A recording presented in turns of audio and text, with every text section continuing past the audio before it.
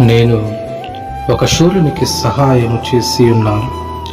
ప్రజలలో నుండి ఏర్పరచబడిన యొకని నేను హెచ్చించి ఉన్నాను.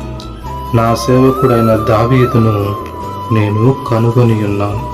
నా పరిశుద్ధ తైలముతో అతన్ని అభిషేకించి ఉన్నాను. నా చెయ్యి ఎడతెగక అతనికి తోడయ్యుండును. నా బాహుబలము అతని బలపరచును. ఏ శత్రువును అతని మీద జయము నొందడు.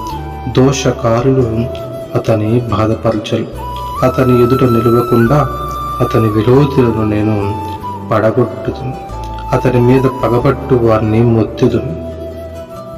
కీర్తనలు 89వ అధ్యాయము 19, 20, 21, 22, 23 వచనములు. దేవుని పరిశుద్ధ వాక్యము దీవించబడును గాక. ఆమేన్.